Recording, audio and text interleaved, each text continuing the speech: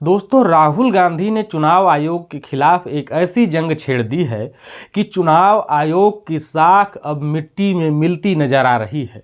छुट्टी का दिन हो या बकरीद का अवकाश, चुनाव आयोग को ऑफिस खोलना पड़ रहा है। सवाल ये है कि क्या वाकई लोकतंत्र दांव पर लग गया है? क्या चुनाव आयोग अब बीजेपी की मशीनरी बन चुका है, या फिर राहुल गांधी का ये हमला सिर्फ एक सियासी ड्रामा है? दोस्तों, मामला शुरू होता है राहुल गांधी के एक लेख से, जो उन्होंने द इंडियन एक्सप्रेस समेत कई बड़े अखबारों में छपवाया। इस लेख में राहुल गांधी ने सीधे सीधे चुनाव आयोग पर इल्ज़ाम लगाया कि महाराष्ट्र विधानसभा चुनाव में बीजेपी को जिताने के लिए चुनाव आयोग ने नैतिकता के सारे पैमाने तोड़ डाले। राहुल गांधी कहते हैं कि ये कोई छोटी मोटी गड़बड़ी नहीं है, बल्कि सुनियोजित मैच फिक्सिंग है, और ये आरोप इतने गंभीर हैं कि बिहार से लेकर पश्चिम बंगाल तक विपक्ष की सांसें अटक गई हैं। राहुल गांधी का कहना है कि महाराष्ट्र में बीजेपी की जीत के पीछे एक 5 स्टेप प्लान काम कर रहा था, और ये प्लान इतना खतरनाक है कि आने वाले बिहार विधानसभा चुनाव में भी इसे दोहराया जा सकता है। तो सवाल ये है कि क्या चुनाव आयोग अब निष्पक्ष नहीं रहा?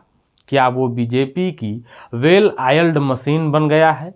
क्योंकि राहुल गांधी ने अपने लेख में लिखा है कि चुनाव में धांधली लोकतंत्र के लिए जहर है, और ये जहर चुनाव आयोग फैला रहा है। दोस्तों, ये कोई हल्का फुल्का इल्ज़ाम नहीं है, ये सीधे सीधे संवैधानिक संस्था की साख पर हमला है।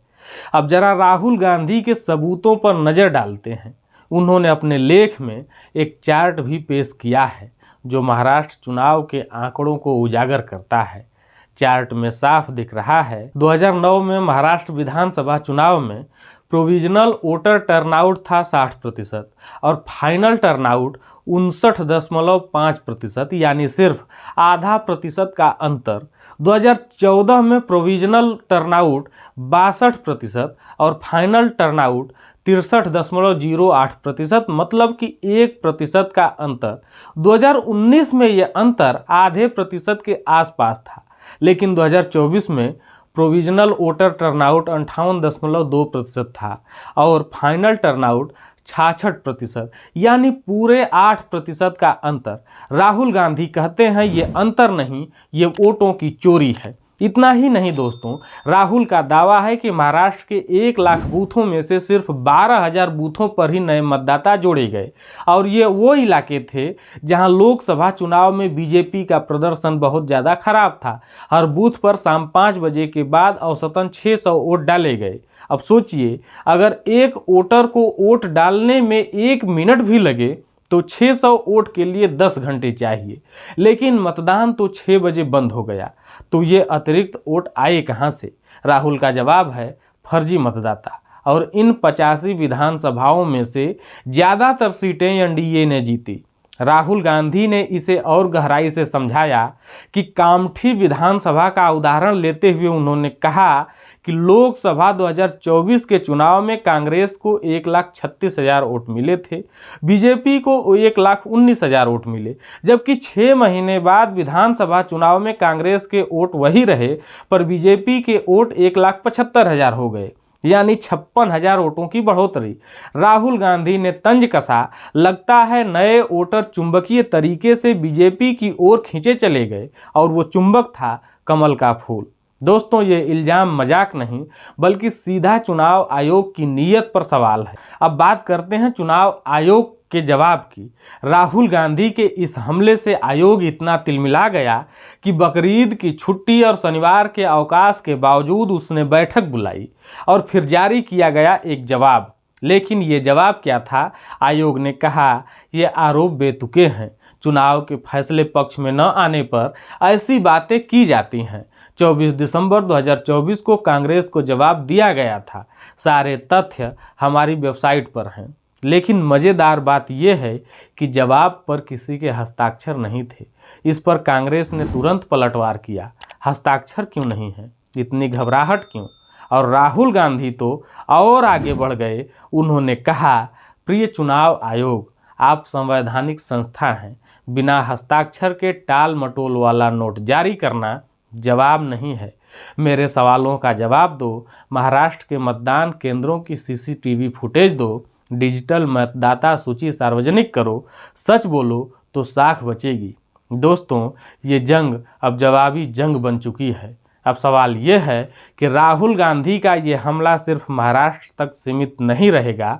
वो कहते हैं कि बीजेपी का ये मैच फिक्सिंग फार्मूला बिहार और पश्चिम बंगाल में भी आजमाया जा सकता है।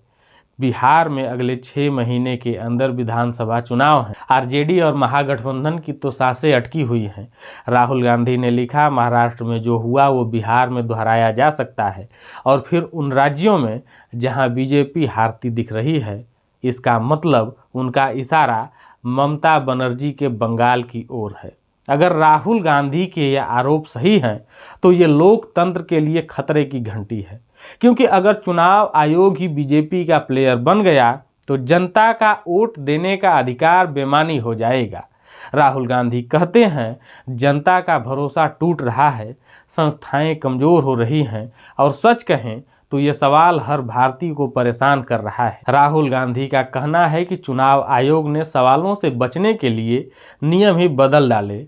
महाराष्ट्र चुनाव के बाद एक हाई कोर्ट ने आयोग को मतदान केंद्रों की वीडियोग्राफी और सीसीटीवी फुटेज साझा करने का आदेश दिया था।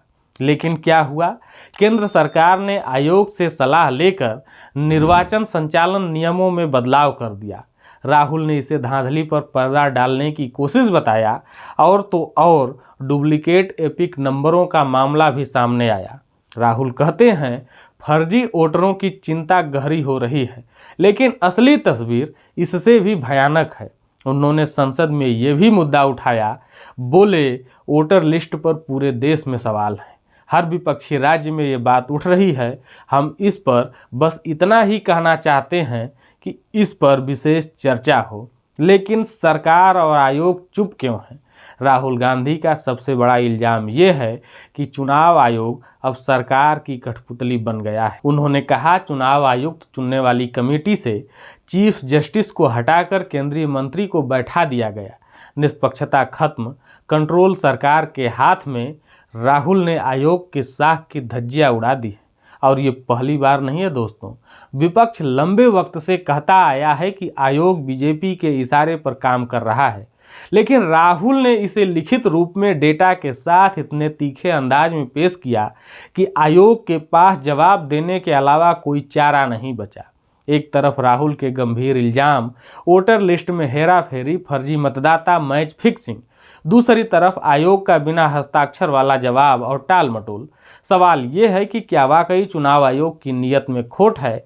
क्या बिहार और बंगाल में भी यही खेल होगा? और सबसे बड़ा सवाल, क्या हमारा लोकतंत्र खतरे में है?